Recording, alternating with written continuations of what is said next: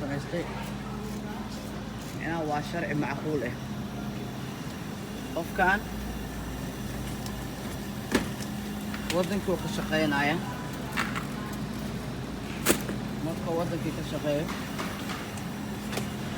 adiga waddankaa lahayd waddankaada dhaqaalihiisa aragta inaad dhisto oo aad kor u qaadid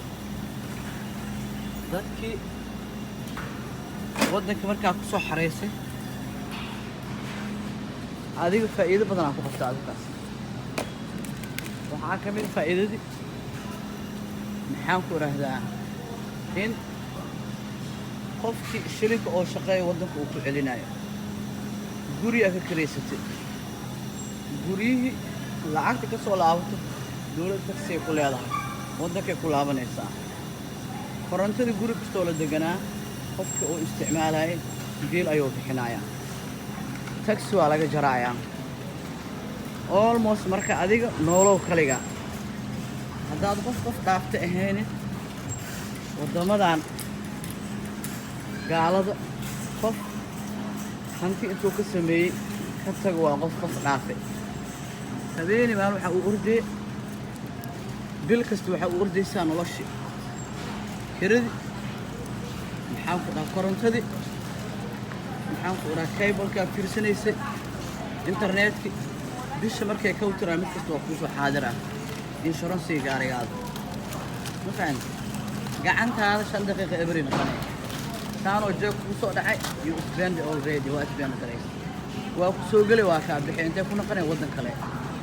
waddankiina dhowrta nabaddan ku dadaala si aad u heshaan dhallinyaroy dad badan oo dalkiina isku aamin oo nolol u soo doonta ma fahanti aad iyo aad u ilaaliya nabadda dan weyna idin tahay annaga dhan danay noo tahay qof kastoo Soomaaliyeed danay u tahay dadka mucaaradka oo fidnada wadana xaqa u weydiiyay Ilaahay xaqa Ilaahay ku toosiyo hadalladooda iyo isku dirkooda dhageysanina ayaga dhul nabaday ka soo degeen adiga laakiin dhulkii ay joogtaa nabadii ku diidan yihiin fahan micnahooda marka ana aadam kula degana baasabooraan wata dibaddan kaaga imid adigana waa ku dirdiraya dalkaadan ku diraa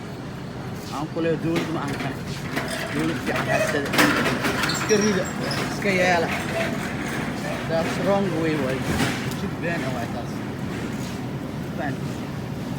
dawladdiina dhowr ilaahay dunida ma noo banayn dawladda hore iska dulminay idinku adduunka jirin oo idinka weli ayaan imaanin anaga soo gaarnay nabadgelyo ku nooleen nicmo ku nooleen shukri ilaahay aan seegnay habeenii maalin waxaan dhahnaa dadka oo dibadaha carabta iyo gaalada ayaa naga nicmo badan nicmadu ilaahayna siima shukrana mana aragno maanta wayna haysataa